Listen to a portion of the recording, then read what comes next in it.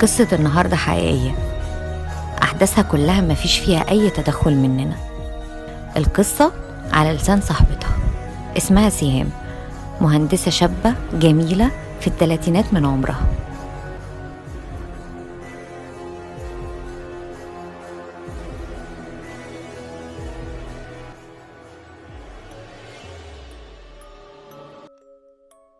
أنا اتجوزت من صاحب أخويا، كان أكبر مني ب15 سنة، بس كنت حاسة إنه هيحبني ويدلعني أكتر من أي شاب من سني. واللي خلاني وافقت وأنا مبسوطة كمان إن شقته جنب شقة أهلي. اتجوزنا وربنا رزقنا ب3 ولاد، ولدين وبنت. خلال الفترة دي كان والدي توفى، وأمي سابت بيتنا القديم وبقت تقعد عند اخواتي، لأنها ببساطة مش هتقعد في شقة 5 أوض وصالة لوحدها. شقتي أنا وجوزي بالرغم إنها كانت 4 أوض، لكن كانت ضيقة ومجروحة من الجيران قوي، ده غير إنها في منطقة شعبية جدا. شقة أهلي فضلت مقفولة 5 سنين من غير ما حد يدخلها ولا يروحها. اقترحت على جوزي إننا نروح نقعد هناك لأن المكان أحسن، وفي نفس الوقت الشقة أوسع قوي، وكده كده هي مقفولة. لما وافق سألت اخواتي وماما ومحدش اعترض، بس أختي الكبيرة على سبيل الهزار سألتني: مش هتخافي؟ قلت لها: خاف ليه؟ ده بيتنا. قالت لي: اصل ابني راح مرة يذاكر هناك هو وواحد صاحبه، وطلعوا السلم عادي، بس لما جم يفتحوا الشقة لقوا مفتاح دخل جوه الكالون من جوه الشقة وبيفتح الباب، ونزل يجري هو وصاحبه من على السلم. فبصراحة كلنا اقتنعنا ان الشقة بقت مش تمام، وبالذات بعد ما اتقفلت الفترة دي كلها.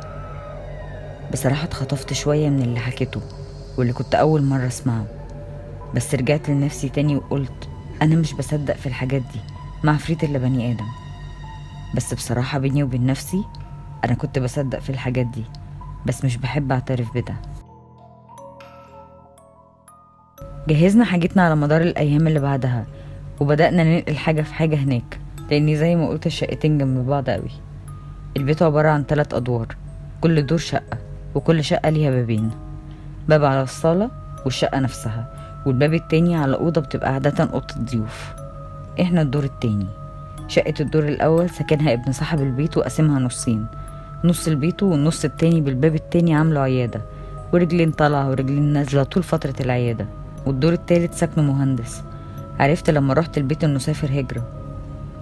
انا بحب الشقة دي قوي، طفولتي واحلى ايام حياتي هنا، وليا في كل مكان وكل ركن فيها ذكرى. كان مسموح لنا اننا نستخدم الشقة كلها ما عدا اوضة ماما، عشان لو جت عندي طالما البيت اتفتح وبقى فيه ناس يعني تلاقي اوضتها زي ما هي. وعملت اوضة لولادي ال3. الاوضة اللي قصادها ليا انا وجوزي، اوضة انتريه، والاوضة الاخيرة السفرة كانت بعد طرقة طويلة وقريبة من المطبخ والحمام. والاوضة دي بالذات معرفش ليه كنت بخاف منها، يمكن عشان تحسها بعيدة عن الشقة كلها، عشان الطرقة الطويلة اللي بينها وبين الصالة. عدى كام يوم والحياة مريحة وهادية. جوزي جاله سفر وسافر كام يوم. لقيت ابني الكبير اللي عنده 9 سنين بيقولي: على فكرة يا ماما، أنا كل يوم بالليل بسمع صوت راجل وست بيتكلموا في أوضتك. يا سلام، وانت بقى سمعت الصوت ده من اوضتك؟ ازاي؟ ده حتى لو انا اللي بتكلم من الأوضة انت مش هتسمع. وبعدين راجل مين اللي معايا؟ يمكن من عند الجيران. لا والله من أوضتي. طب بنقول ايه؟ كلام مش بيبقى مفهوم، بس باين ان هو صوت راجل وست. يعني انت بتسمعني بتكلم مع حد؟ لا يا ماما، انا بسمع صوت راجل وست، صوتك انت مش بسمعه. جسمي اشعر مع جملته الاخيره قوي، وقلت له: لو سمعت الصوت ده تاني تعالى صحيني. ابني غاوي افلام وقصص رعب بالرغم من سنه الصغير، جايز يبقى حاجه من خياله من الحاجات اللي بيتفرج عليها. عدى كام يوم والحياه عاديه، وانا ماسكه نفسي بالعافيه ان اساله هو سمع الاصوات دي تاني ولا لا. لحد ما في يوم وانا بغسل الغسيل في الحمام، هو كان واقف معايا بيساعدني، لقيته بيقول لي: ماما، امبارح ما سمعتش صوت الراجل والست، كان فيها حاجه تانية غريبه. ايه هي بقى؟ كان زي ما يكون ناس كتيره كلهم رجاله ضحكوا قوي بطريقه غريبه، ومره واحده اتخانقوا وقعدوا يزعقوا في بعض، بس ما عرفتش افسر اي كلام اتقال.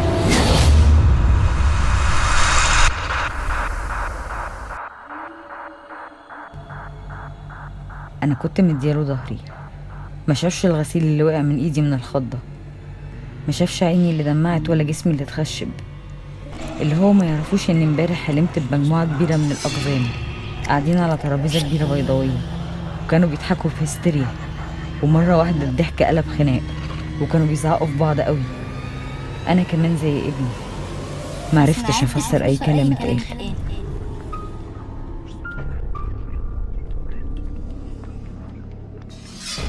كملت اللي كنت بعمله وانا دماغي رايحة مني. كنت خايفة ادخل انام في اوضتي، ونمت يومها مع ولادي في اوضتهم. جوزي رجع من السفر تاني يوم، ما حكيتلوش على اللي حصل، لانه اول حاجة هيقولها لي انها تهيؤات، ده غير اننا ما كناش اسعد زوجين في الدنيا يعني، وبنتكلم اصلا مع بعض. بس مش هنكر ان وجوده خلاني احس بشيء من الامان ان في حد معايا.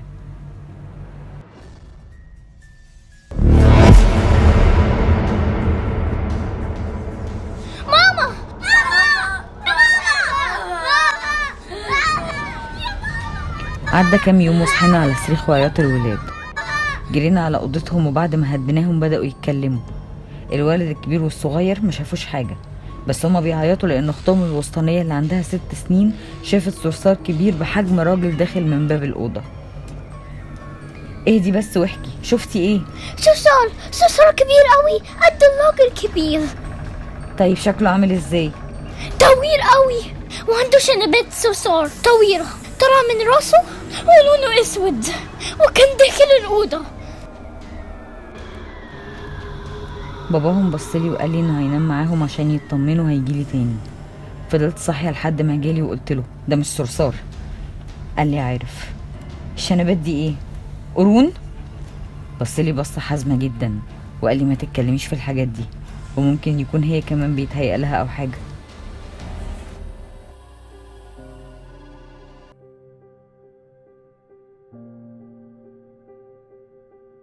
رحنا زورنا اختي في بيتها، وكان عندها قوالب جيلي ألمونيوم عامله اشكال حلوه قوي بيها، وعجبت الولاد جدا. سألتها جايباهم منين؟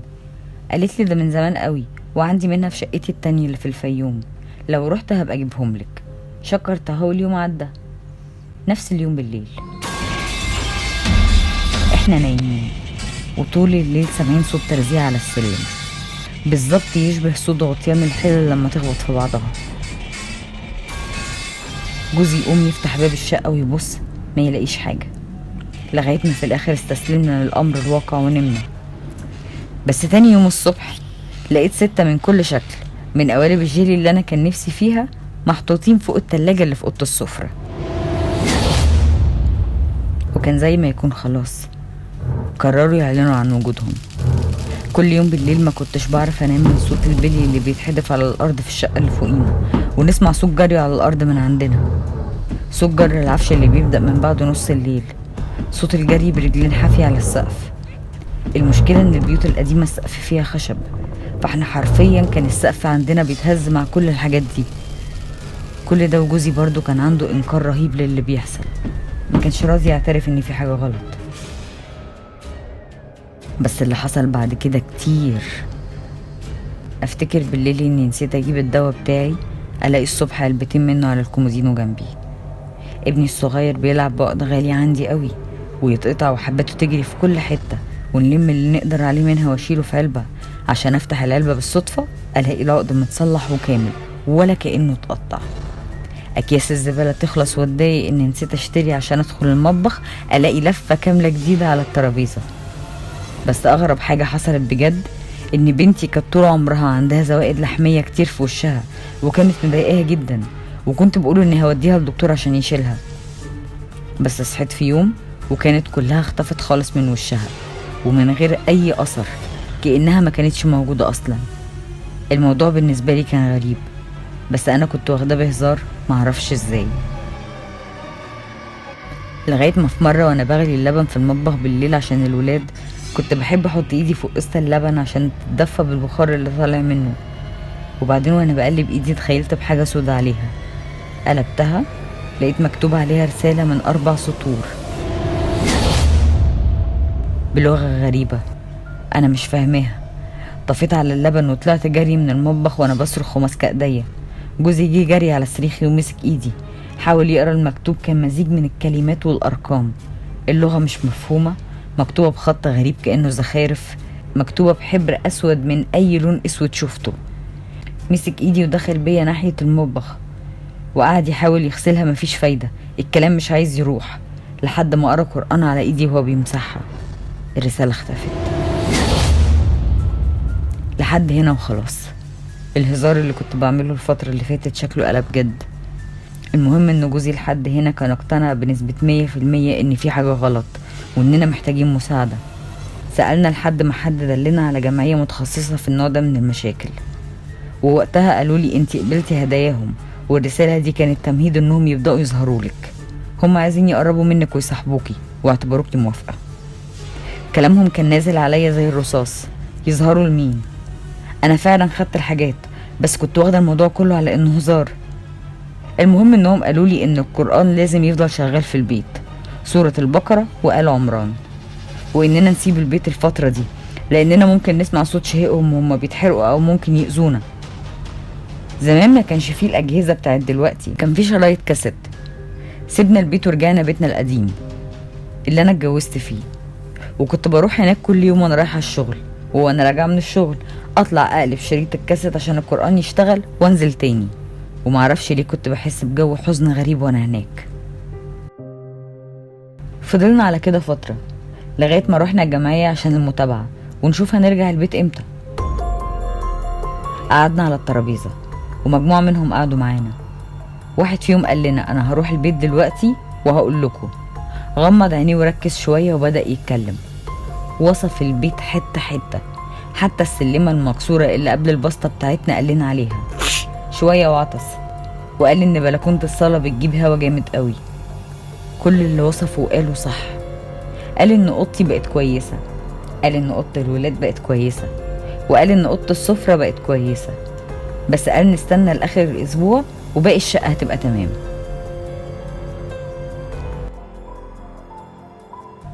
رحت تاني يوم البيت عشان اكمل اللي كنت بعمله كل يوم، وكمان اجيب هدوم للولاد من اوضتهم. بفتح الدولاب وبطلع الهدوم اللي انا مطبقاها وشايلها بايدي. كل الهدوم بطلعها محروقة من النص. كل الهدوم المتطبقة محروقة، مفيش منها حاجة سليمة. انا جسمي كله كان بيرتعش من المنظر ده اولا، ومن الهدوم اللي مش معانا نجيب غيرها من ناحية تانية. رحت اوضتي بس الوضع عندي كان مختلف. الأوضة كأن ضربها زلزال. الدواليب مفتوحة، الهدوم كلها على الأرض، في منها محروق والباقي متقطع، وفوق كل ده العقد كانت حباته في كل حتة في الأوضة. طلعت من الأوضة وأنا حاسة إن أنا متخدرة، مش عارفة وقتها الجرأة دي أنا جبتها منين، بس زي ما يكون أنا كان في حد سايقني عشان يعرفني إن كلام الجمعية غلط، نوع من أنواع التحدي. المهم إني رحت أوضة السفرة، وهنا مسكت نفسي عشان ما يغماش عليا. على ارتفاع متر من الأرض، أثار إيدين قطط بالرماد على الحيطان كلها لغاية السقف فوق. للي ما يعرفوش البيوت القديمة، زمان كان ارتفاع الأسقف حوالي 4 أو 5 متر، فالمنظر كان كفيل بإنه يجيب لأي حد سكتة قلبية، كأن حد مسك إيدين قطة وقعد يحطها في رماد ويبصم بيها على الحيطان لحد فوق. وهنا زي ما يكون استعدت وعي تاني. طلعت من الأوضة وأنا بجري، وخرجت من الشقة وأنا بعيط بحرقة ورعب زي العيال الصغيرة، مش مصدقة حاجة من اللي أنا شفتها، ومش مستوعبة إن ده يحصل لي أنا فعلا. وكان القرار الأهم، إحنا هنسيب الشقة دي. وزي ما يكون عرفوا القرار بتاعنا، سيبنا الولاد في البيت ونزلنا نروح بيت ماما عشان نجمع حاجتنا اللي عارفين إنها مش هتتنقل على مرة واحدة. أهم حاجة إن الموضوع مفهوش نقل عفش، لأن كل شقة وفيها عفشها. طلعنا على السلم وكانت العيادة قافلة وتقريبا هما مش جوه لأن الدنيا كحلة على السلم. قلت لجوزي أنا خايفة، مسك إيدي جامد وكنا طالعين واحدة واحدة، وفجأة سمعت صوت باب شقتنا بيتفتح من فوق. شديت جوزي من إيده اللي في إيدي اللي هو الحق، ووقفت مش عايزة أكمل، بس لقيت صوت جوزي جاي من فوق وقال لي استني أنا هنور نور السلم من عندنا. قلبي حسيته هينفجر من سرعة دقاته. نور النور وطبعا ما لقيتش حد ماسك ايدي ولا حاجة. طلعت جري على السلم وانا مش عارفة اتنفس من العياط والانفعال. لما شافني سألني في ايه، قلت له مفيش، بعدين. بصراحة ما كنتش عايزة اخليه يفقد اعصابه، وانا كنت حاسة مرعوب اصلا بس مش عايز يبين. سابني وقال لي انا هروح الحمام، وقال لي بتهريج لو اتأخرت تعالي. ضحكت انا كمان بالعافيه وشاورت له اللي هو ما تقلقش. شويه ورجع وقال لي يلا بينا. خدنا الشنط ودخلنا على اوضه الولاد نجمع حاجتهم واللي اتبقى سليم من هدومهم. بس لاحظت حاجه غريبه قوي، هو ما كانش بيجمع، هو كان بيقطع. مسك كل الكتب كتاب كتاب ويقطعه ويرميه. قلت له انت بتعمل ايه وليه بتعمل في حاجتهم كده؟ رفع راسه ليه بهدوء وابتسم وفضل ساكت. انا بصاله ومبرقه وعينيا عماله تدمع غصب عني. سبته وطلعت اشوف ايه صوت الخبط ده. لقيته الصوت جاي من الحمام، كان صوت جوزي بيخبط من جوه الحمام. بقيت واقفه في الصاله باصه لاوضه ولادي وباصه ناحيه الحمام بالطرقه الطويله اللي بيني وبينه. رحت ناحيه اوضه الولاد بشويش ببص من عند الباب، كانت فاضيه ما فيهاش حد. جريت بسرعه ناحيه الحمام وقعدت ازق في باب الحمام وجوزي يزعق ويصرخ من جوه لحد ما الباب اتفتح. طبعا طلع زي الطوفان فيا اني ازاي ما اروحش اشوفه اتاخر ليه كل الوقت ده. قلت له سيبك من الحاجات اللي هنا ويلا بينا نمشي. قال لي يعني احنا جينا المشوار على الفاضي؟ استني بس نشوف حاجه الولاد. قلت له ابوس ايدك يلا بينا. بص لي ومن شكلي فهم ان ما كانش قدامه غير انه يوافق. وصلنا عند باب الشقه عشان نمشي. جرس التليفون رن، قال لي استني نرد. قلت له مش مهم، هتلاقيهم الولاد واحنا كده كده 5 دقايق وهنبقى عندهم. قال لي ردي عليهم وعقبال ما اجيب المفتاح من الحمام عشان نسيته جوه. رديت على التليفون اللي صوته لوحده يجيب انهيار عصبي. لقيته ابني الصغير. ماما انتي وحشتيني قوي، اتأخرتي ليه؟ انا جايه خلاص يا حبيبي معلش. طيب بابا بيقولك وانتي راجعة هاتي معاكي عيش عشان الفطار. رميت السماعه من ايدي في اللحظه اللي جوزي فيها كان جاي من الطرقه. انا بصاله وساكته، وفي اقل من ثانيه نطيت من مكاني ونزلت جري على السلم وسمعت صوته وهو نازل ورايا وبيزعق فيا عشان اقف. بس انا ما وقفتش غير في الشارع، ولما هو جري ورايا ومسكني من كتفي عشان اقف انفجرت في العياط. طبعا من شكلي صعبت عليه وما ضغطش عليا اكتر. بس لما رحنا البيت ابني الصغير كان نايم في 7 نومه واخواته هم اللي صاحيين. سالتهم عن اخوهم قالوا لي نايم من ساعه ما نزلته. ماما هو انت جبتي عيش؟ انت مين اللي قالك تقول لي اجيب عيش؟ انت يا ماما قلتيني افكرك تجيبي عيش عشان الفطار بكره. كان كفايه قوي لحد كده عشان اتاكد ان القرار الحمد لله كان صح. واهم حاجه ان كلنا كويسين، حتى لو خسرنا شويه هدوم ولا شويه كتب بس احنا كويسين وده الاهم. رجعنا للبيت اللي اتجوزت فيه تاني. سنين عدت مش كتير، حوالي 2 سنين، وكانت المشاكل بيني وبين جوزي جابت اخرها لدرجه اننا كنا على وشك اننا نعمل حاجه في بعض. انا وولادي كنا اصحاب، وكانت المساحه بينا تسمح لي ان اسالهم نفضل هنا مع ابوكو ولا مستعدين تعيشوا معايا في بيت اهلي. هما ما كانتش علاقتهم كويسه مع ابوهم من كتر الضرب والعصبيه اللي كان بيعملها معاهم، بس كان لازم اسالهم لانهم هيتحملوا مسؤوليه القرار ده معايا. انا سالتهم وانا من جوايا برتعش وخايفه، خايفه يختاروا نفضل هنا وخايفه يختاروا نرجع هناك. خيارين احلاهما مر، لان الخيارين كانوا امر من بعض. هم اختاروا نرجع لبيت اهلي ونسيب هنا، هم اللي مش عايزين يعيشوا مع ابوهم تاني. وهنا خدت اصعب قرار في حياتي وطلبت الطلاق. اتطلقت وخدت ولادي ومشيت بيهم ناحية المجهول. ما كنتش عارفة اللي بعمله ده صح ولا غلط، بس ايماني ان ربنا معايا هو اللي كان مقويني. رجعنا البيت والحياة كانت هادية على غير ما توقعت، والحمد لله لمدة 1 سنة. ابني الكبير وقتها كان 12 سنة، البنت 9، والولد الصغير 8 سنين. ابن صاحب البيت اللي تحتينا كان ساب البيت هو كمان، وما سألتش عن السبب.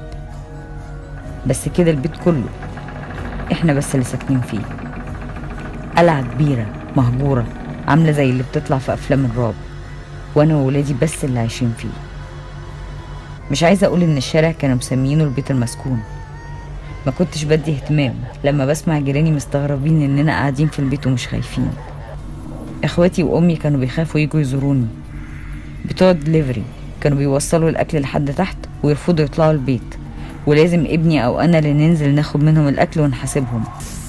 حاولت ما ركزش في كل ده عشان ما عنديش اختيار تاني. بعد السنة ما كنتش أعرف إن الجزء التاني من القصة هيبدأ.